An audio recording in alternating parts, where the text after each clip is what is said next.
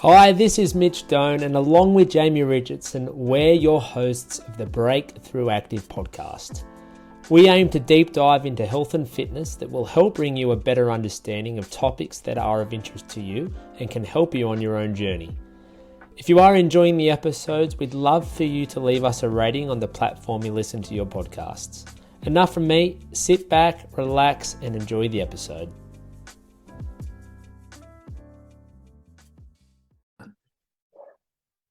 Hello and welcome back again to the Break-Thru Active podcast. My name's Mitch, I'm your host again, and we've got a very special guest today who is actually our first ever return guest. So she's come back for more. So I've got Brooke Hughes with me. Welcome back, Brooke. Thanks, Mitch. Lovely to be back. Do you feel a sense of honour knowing that you're the first person to be on twice? Oh, absolutely. Can't believe it. Didn't think you'd ever see the day.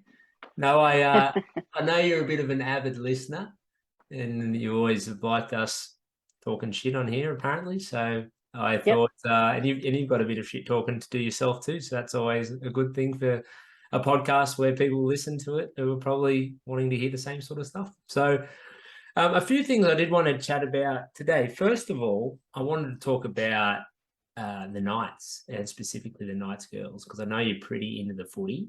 So first of all, how good that they won the premiership. I thought that was bloody unreal. Yep. Did you go to any games this year? We did. Their very first game that they played, we went and watched the doubleheader at the ground. But yeah, we haven't gone any other time. But yeah, we definitely watched the very first inaugural game of the Lady Knights. So and it was it was amazing. I was just going to say, did you go to any games last year? To last year? Yeah. No. Yeah, it's the first time. Okay.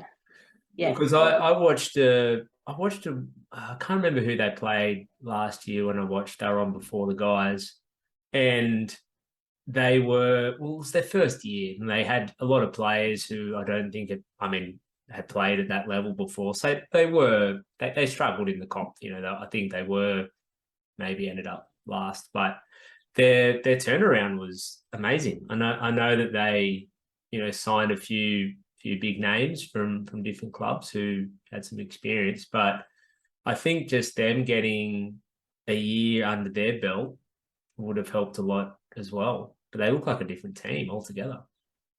No, absolutely. So yeah, my mistake. I did go to the very first inaugural game, so I haven't been this year. So I'm sorry. I'm sorry. Yeah. So I saw their first game, and I honestly thought that I think it was the Roosters they played as well, their first game, and they were good. Like it was just like you said, maybe a bit of experience that they lacked. Like they had the talent, but maybe not quite enough to keep it together for the whole game. So I think they were still in it, and I thought, oh well, we'll be in with a shot here. And the rest of their season wasn't great, but like I said, they've made some, brought some experienced personnel in there, and some of the younger, players have come up and just been unreal. Like to watch them in real life and the hits and how hard they play is, I prefer to watch them than the men, to be honest. Like there's no mucking around, there's no laying on the ground and whatever. They just get up, and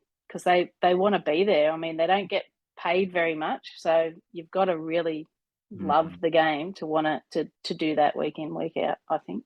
Yeah, no, I mean, I think there's a bit more showmanship in the guys' stuff. Like, obviously, when they score tries and everything, but also just milking penalties and, playing the referee and playing off the crowd and sort of a few of those things, which, a lot of men's professional sports do, regardless of, what it is. But yeah, I think with the girls, there's none of that, because like I agree with you, they're kind of just feeling fortunate to be there. I get so they're like, oh, well, I'm just going to play hard every week, and I'm not going to try and milk this penalty, or I'm not going to do this, I'm not going to carry on, or whatever. But it's they play very hard and they're tough. Like I think that's that's probably something you see more in. It's the same as the guys too, but when you watch them in person compared to TV, because when you can actually hear the contact, Yep. and yeah, those girls hit each other, pretty damn hard. But it's sort of the same, I think, in all sport. When you've got like a whole group and they're all sort of a little bit more inexperienced and maybe they're all a little bit younger, they can all be really good players. But if they don't have one or a few people who are kind of leading the way, then I think that's where they can fall a bit short, which I think is what changed this. Yeah. Well, your Millie Boyles and, you got someone like that comes into the team. She just does not stop, that girl. And, yeah, when you get someone that's leading from the front like that, it's just you got someone to follow as well and talking to you. And, it's like you've played sport yourself. When you have certain leaders on the field that have been there a while, it's, and have experience, that's a big thing too, to keep their game plan going, keep their head up, that kind of stuff. And you can tell, just not even from the Knights, all of the teams, they've gotten better and better. And the issue that you've got is these girls, they didn't have, you look at academies and stuff that the men get from a young age. My brother played for the Knights in Jersey Flegg and all those, SG ball, that kind of thing. He was grabbed from Valentine, Devils at whatever age to go and train and do this stuff. We don't have those pathways as women. So for them to turn up and get better and better, and you see it in the AFLW as well, it's trying to I think the future of women's sport is really bright and it's going to happen. And I think the NRLW will, in the next 5 years or so, hopefully they'll become professional and that will be their job. So it will be better and better for us as spectators to watch it as well. Let's hang on this for a sec, because I did want to shoot on this for a little bit. Obviously you're sort of in your 40s now. So back when you were growing up, you were playing sports sort of when you were young. What did you play? Like when you were like I played anything I could. Okay. Yeah. Anything I could. Yeah. So softball was my biggest thing when I was really young. So, from primary school right through, I played that into my 20s, mid-20s. Played softball, but rugby union I played as well, and cricket. I used to play. I played. Tell me this. Back when you were sort of transitioning from like a teenager to an adult, were there any pathways for you to kind of go down? Whether you're good enough or not, that's a whole different story. But like, was there ways that you could transition into maybe turning professional or getting paid to play or anything like that? Nah. A lot of the time, I mean, softball is not a high-profile sport either. Yeah. Now it is overseas, like over in Japan and places like that. America, the softball is pretty, there's people that play professionally and a couple of local girls do that. But yeah, no, you didn't see it on TV. Like I said, I played cricket, and year 12, I was supposed to go to England and play representing the New South Wales team for that. But then there was nothing else.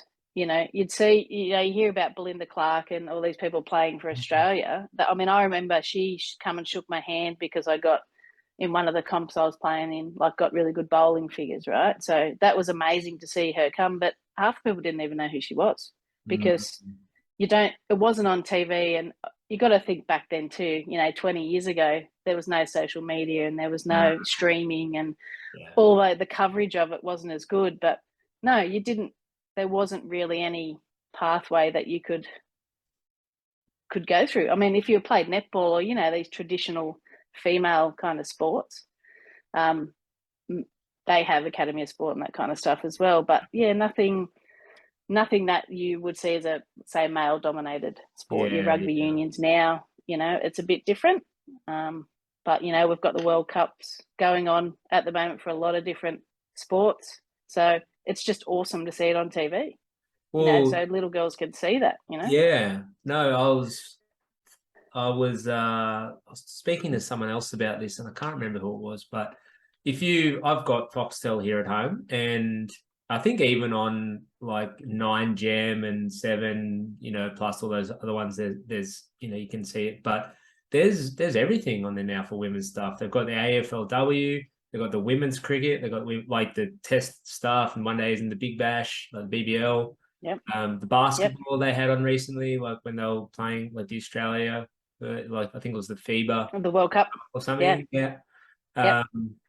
So I think just having that exposure, for starters, it increases the profile of the athletes, I think, which is really good because, like you said, I knew Belinda Clark because I was heavily into cricket myself. But Cricket. if you weren't, like, you wouldn't know Belinda Clark, even though she was top of Australian cricket more or less at the time. But now, like, we spoke before about Millie Boyle, and she's a very well known personality now because a big part of that, I agree with you, like it's social media and obviously having that platform to be able to share and get her name out there a bit, but also because it's being televised so much more. And exactly. Everyone I speak to, they say the same thing about it. They say it's great. They love watching it. Like I mean, it's different to the men's games. All the sports are, like, they're different, but they're not better or worse. They're just different. I think the way it's played. Like I watch the cricket, and they still hit sixes and bowl Yorkers and bowl bouncers and things, but it's just played a little bit differently. But it's still very entertaining, in my opinion, to watch a bit of a different style of cricket. But having that available to people who want to watch it, whether guys, girls, whatever. But yeah, I think the big thing is for young girls, the 10-year-old girl or 12, 14-year-old girl who is interested in playing, and then they think, oh, okay, well, she's on TV, she's be able to play that as an adult. That's something I want to do. And then that can be enough for people to want the girls to want to be able to pursue that, knowing that there is something for them in the longer term. Absolutely. And I can't remember a name, but you've got the World Cup rugby going on as well in New Zealand. The Wallaroos are playing, and one of the local girls from our competition got called up to go over into the squad. That's it's cool. Just straight away you can see there's opportunity there for those girls, and it's on TV, and you've got your Waratahs and your Reds and your that competition as well, your Super Rugby. Like that wasn't when I played rugby, that didn't exist. Do you know what I mean? So my thing, I loved rugby league. I grew up watching my brother play. I couldn't play. There was no competition for me to play in. So not saying I would be very good at, but that's just what you grew up with and watching and what you wanted to play. So I went and played rugby because there was no rugby league competition. Yeah. So I remember, and it's great now that there is. Yeah, I remember growing up, and there was a girl that played in our team and in our comp up until maybe 10. And then, I was born in 1990, so that's what, 2000-ish. And they said, oh, you can't play anymore. You've got to stop. Yeah.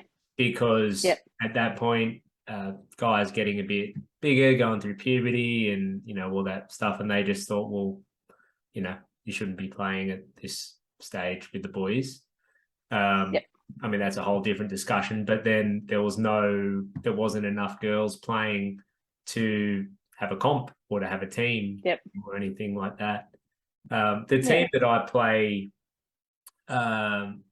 cricket for, I haven't played for a few seasons, Newcastle City, they've got an unbelievable girls team. I think they had enough for 2 teams this year in the I think it was like a junior team, so it was like 14 to 16s, and they had enough girls for 2 teams, which was at least 24 girls, which is incredible compared to, maybe back 20, 25 years ago, they wouldn't have enough, girls in probably the whole of Newcastle to field a professional team, or a rep team, I should say.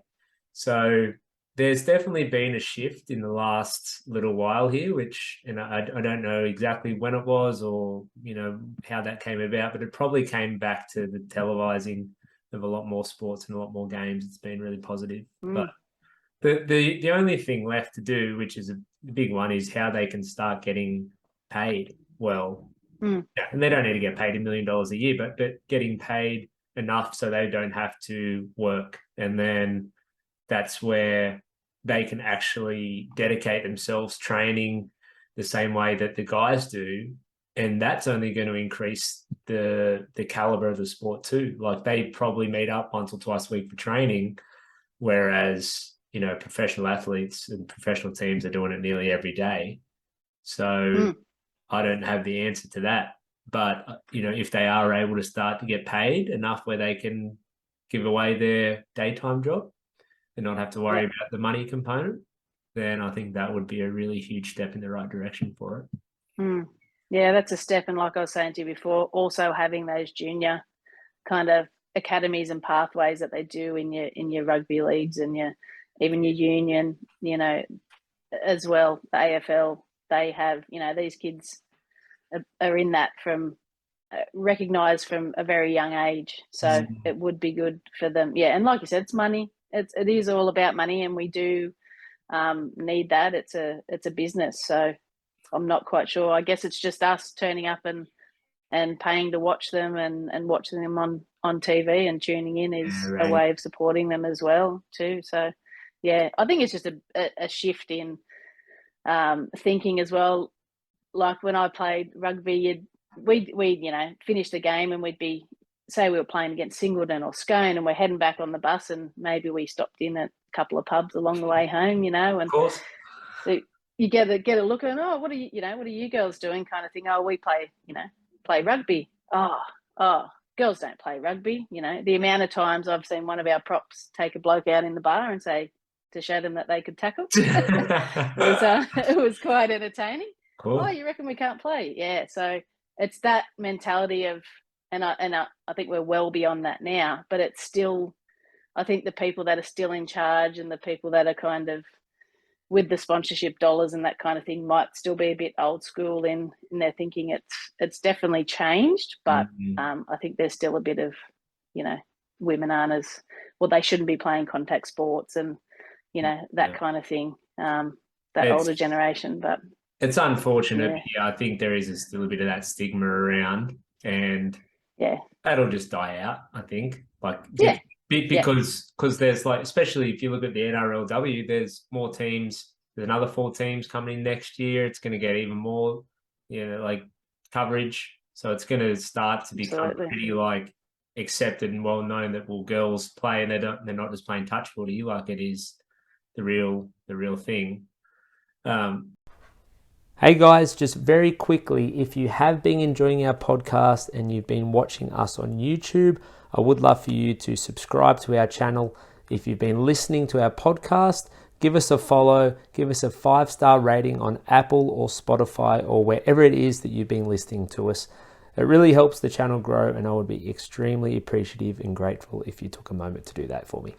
Okay, that's it from me. Enjoy the rest of the show. And I think it's a mind shift.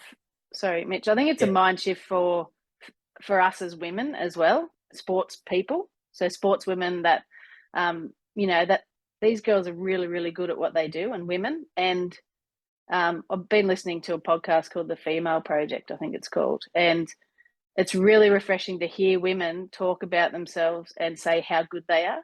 Usually where, like you said it before, where these girls are grateful, and I said it as well, grateful just to be playing football, right? But they need to be seen as more than that. They're very good at what they do. It's not just, they shouldn't have to take less pay. You look at the American football or soccer team at the moment, they've just signed that. They settled with the American Association where they got 24 million in, I think it was as a settlement, and they've got equal pay now to their men's team because they've actually been more successful than their men's team, yet we're getting paid nowhere near the amount they were. They've won gold medals and World Cups and scored more, Abby Wambach has scored more goals than any person playing soccer, male or female, and it's backing themselves as well, saying we've got a really good product here and this is what we deserve to be able to play. I mean, they don't have a game without those women either. So I think that will, once they start believing in themselves and understanding that, we are just as good as these guys and we produce just as good as entertainment and skill level that the men do. Like you said, it's different and women are different and it's a different kind of game. And I don't think we want to be comparing the two either. I think we can see it as its own product. for what it is as well. You know what I mean? So Well, yeah, that was and kind that's of what my makes it good because it's different. yeah, and that's kind of what I've noticed from watching it. Like it's the same game that's just played a bit differently. But like I'm a big golf fan, and you watch different styles of golf, and men play differently. Like there's all sorts of different ways to play the same sport. So even women's basketball, like they're not. Few of them can dunk, like super tall girls, but it's a different game because they're not as tall and they're not able to dunk on the 10-foot rim as easily as the men. So they rely more on their shooting, and a bit more sort of passing as opposed to just sort of attacking the rim and dunking. So it's a different game. It's the same sport played differently. Not to say it's better or different tactics. It's different. Exactly. And from a coaching perspective, like the coach would actually coach it different as well. Even though, like if you look at the NRLW, like the women, like no one can kick as high as Matt Burton. Like no other men can either. Yeah. Like let Freak, alone but there's the women can't kick that high, so they're not going to have the game around them doing these big torpedo bombs, but maybe it is more like, the lower kicks like a grubber or a chip or a crossfield kick. So it's just the way that they would be coached and the strategy would be different. But it's a really good point that you brought up that, if they start feeling like they are worthy of more and they are, like I said, they shouldn't feel like they're just fortunate to be there because they've been picked. It's a professional sport the same way that men are playing, and it's just if they all start sharing that mindset and they sort of move together as a collective, I think that's when they see progress. But last thing I was going to say on it, it's interesting when you compare team sports to individual sports, because tennis and golf have been quite diversified with men versus women for a long time now. Even when I was growing up playing golf, I played sort of all through my teen years, and there was girls divisions, girls comps, like girls academies. Like I played with girls all the time back then, and even though it wasn't as popular then, like there weren't that many teenage girls wanting to play golf, but there was still an avenue for them. They still had female champions. They still had, like I said, the academy and tournaments and things like that. And the same with tennis. Like they've been getting paid the same for quite a while now. I don't know exactly, but if you look at the Grand Slams and things, like it's the same money. Yeah. Yep. But there's been some sort of disconnect there between the team sports and the individual stuff. And it's interesting. And I don't know if it is because of that, that old way of thinking where it's like women in contact sport. Because obviously tennis and golf, there's none of that. But it's interesting to see that there has been such a change, with the team sport lately, but for the individual stuff, it's been happening for quite a while. Yeah, that's an interesting one. I think it may have something to do with sport that's, like you said, traditionally played by men. So, I mean, golf, and maybe it is because of the contact part of the game, where, what is the difference? Why is tennis so far ahead of everyone else in regards to equality and that kind of thing? Yeah, I think as well, and golf because as well. There are a lot of adult women, middle-aged women, even older women who play tennis and golf. Like, true. There's 70, 80-year-old women playing golf, and they're on the board and the committee and things. So obviously they're going to be pushing for that. Whereas, there's not, as far as I know, many 80-year-old women playing rugby league. It's just the nature of what it is. Yeah, it's true. And how long the sport's been around for? Exactly what, like you said, those sports, like you said, tennis has been played for a very long time as well. I know rugby probably goes back a long time as well, but it just, it does seem like it's a easier game to play. You only need two people to play tennis, right? As well. Maybe there's something to do with it, with trying to, and look, you could go right into women, what their role was in society as well. You can go back to that. Maybe it's, we probably don't want to go right back that far, but as far as what you're supposed to do you know what I mean, like the roles within the household and that kind of thing. Maybe tennis was seen as a something that was At the country females club. could do. Yeah. Exactly, as well. So, and golf the same. So it may be more of a class thing there that you've probably highlighted too. Maybe Mitch, I don't know, could be something that's. But you're right too, because it's adds like to it. to organise a rugby league game or a rugby union game, you need close to 40, 30 to 40 women, and you need referees and touch judges and facilities and ground and things. Whereas tennis, it's like, let's just go get this court and off you. And golf, it's just like you just go on the course and you're away. So I guess the ease of that has probably facilitated that a bit too. But and the referees, mate, how good Casey Badger doing World Cup games. That's right. Like that's the other avenue. Like you don't have to actually play. Like say you love the sport, but you're not quite good enough, or you are getting older, and your body can't take that contact anymore, or for whatever reason, injuries, whatever. There's other options as well to be able to be involved. That commentating, you see it now. Women doing the commentating, love it. Love watching the women commentate, because I just think they just give a whole different perspective on the sport as well, and we see things differently to what men do. And I think it's brilliant to have those different points of view as well. Yeah, and I think you'll start to see more of the coaching stuff too, like coaching and training. And I know in the NBA, like the men's NBA, they have women who are part of like coaching teams of some of the male teams. So it's definitely progressing, which is a good thing. Absolutely. One of the coaches for the Wallaroos, Alana, I can't think of her last name, but she played here locally as well, played rugby, and she coaches the Melbourne Rebels women's team. Yeah.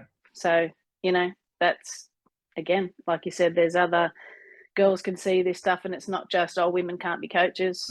It's awesome that it's another avenue for people to get involved in the sport if you love it. And you're not a player, but maybe it's player. So it's and I think, like you said before, one of the reasons why it has, I think they've done a lot of grassroots stuff. Like I'm not involved in that area, but I can imagine that they, the government or whoever, they've done a lot of Academy of Sport or whatever. They've probably done a lot of recruiting as well, or getting out there and getting girls to play. So hey, come and try this sport kind of thing. So because it's probably not on their radar. Now it is, but like I'm saying, when I grew up, no. Like you said, we couldn't throw together a cricket team at high school. It was very hard to just get, enough people to play that. Yeah. Because girls are like, girls just weren't interested in it. So I think there's a lot of clubs now that do like free rego and stuff for girls, just to try and so if there is like a money barrier that was stopping them. And it's never that. I mean, it could be $100 or a couple $100, but still, like that can be enough to deter, someone from wanting to play. So they get free rego, they get free kit, clothes, training gear, all that stuff. So it's just a little bit of an extra incentive, which I have heard of. Yeah, they did that for the AFL the first year of the women's comp here in Newcastle. Look, that was one of the reasons why I had a go at it, was because it was free, and I thought, and you should see it now. Like from that year that I played to, someone come and asked me to come back and have another go. Oh God, it was before COVID, so and the quality of those girls now, say from, it might have been 4 or 5 years before that I had that first year, the caliber of those girls that are playing now is unbelievable. Their skills on them, the skill levels, it's just what they've done in the last 5 years is just, phenomenal. And you can see it. Yeah, so, just playing more. And that's just at local level. That's right. Playing more, training more, getting some coaching, like having the opportunity. Like they're all feeding into becoming like a better athlete. And that's what I was saying before. Like if it gets to the point where women who are professional athletes aren't having to work a day job, and they're spending more time in the gym, they're spending more time training, more time caring for their body, like all that stuff that kind of feeds into being a professional athlete, then it is only going to increase the quality, as opposed to just rocking up to 1 or 2 training sessions a day and then game day. Like it's hails in comparison to what you know, a male professional athlete would do. So I can't wait to be sitting, you know, on the lounge at 60 or 70 and watching these, you know, professional women go around. I think it'll be, it'll just be awesome. And you might know someone that's right. watching on TV. I think it'll be brilliant. Yeah. Well, it's definitely more likely to be that than sort of where it is now, or reverting back to where it was. It's definitely trending in the right way. So it's awesome. it's exciting. It's exciting for, I think it's mainly exciting for younger girls, or, you know, who are into sport, or their parents can push them into, or not push them, but sort of lead them into that sport, and know that it could be something that they can make a career out of, and not just something they do up until they're 16 and then have to give it up because there's no purpose, you know, outside of enjoying the game. So it is a huge thing. I know we're probably going over time, but I look at, so Charlie's 13, right? So she's at the age now. So she plays soccer, loves playing soccer.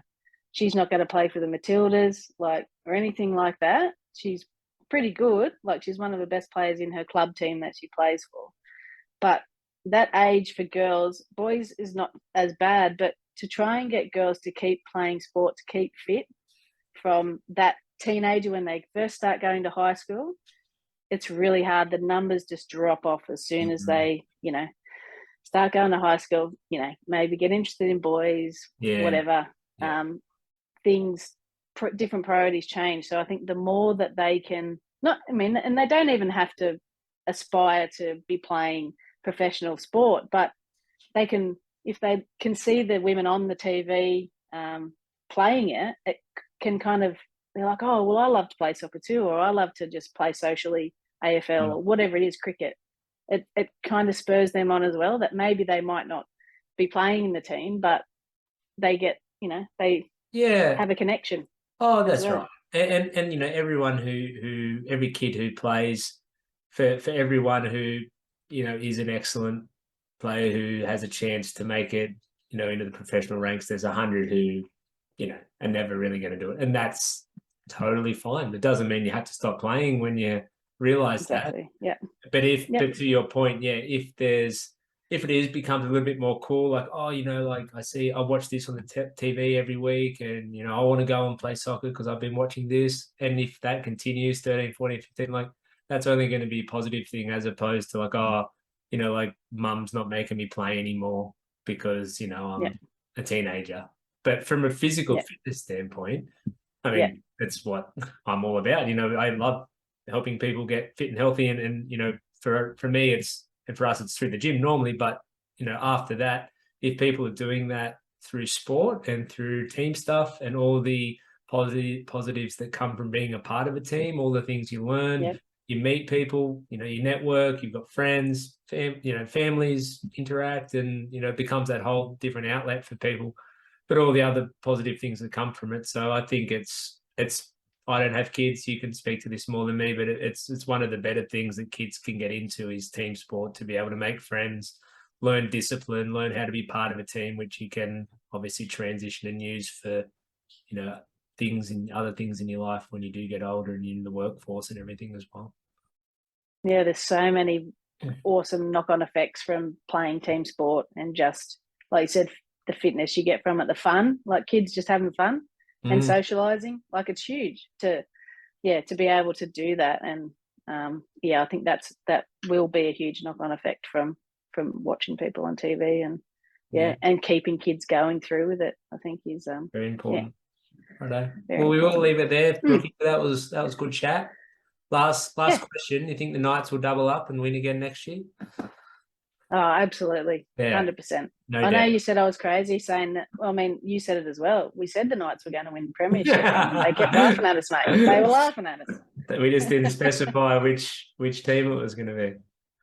I just think, mate, if the effort and the determination they show, and I know it's a bit hard. Like, I'm not here to rubbish the men either, because I've watched them since they started. I remember going to Marathon Stadium as it was back then, and you know, going with my dad on the hill watching the Knights play, and loved it. Like, it's part of the fabric of Newcastle, you know. So but I just think it's to watch them and the passion that they play with and the determination, it's just, It's great. it's really, really cool. So I don't care if they win or lose. If they keep putting in and putting the effort in, like I know we do probably are a bit hard on the men sometimes because they haven't had a, you know, I don't know the last time they've had a good season, but did we make the semis a couple of years ago? But it's just few and far between though.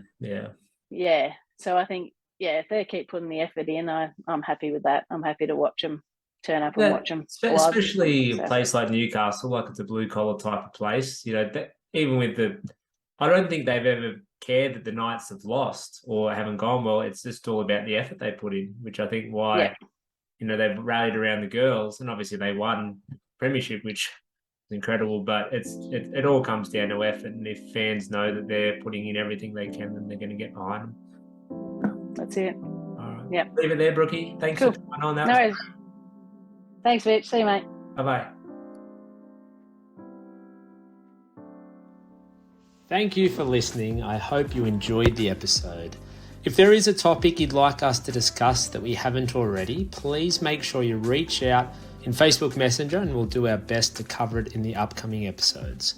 For those of you enjoying the podcast, we'd love for you to like, subscribe and leave us a rating. It really helps us grow and spread the good word. Hoping you're all having a great day, and we'll be sure to see you on the next one.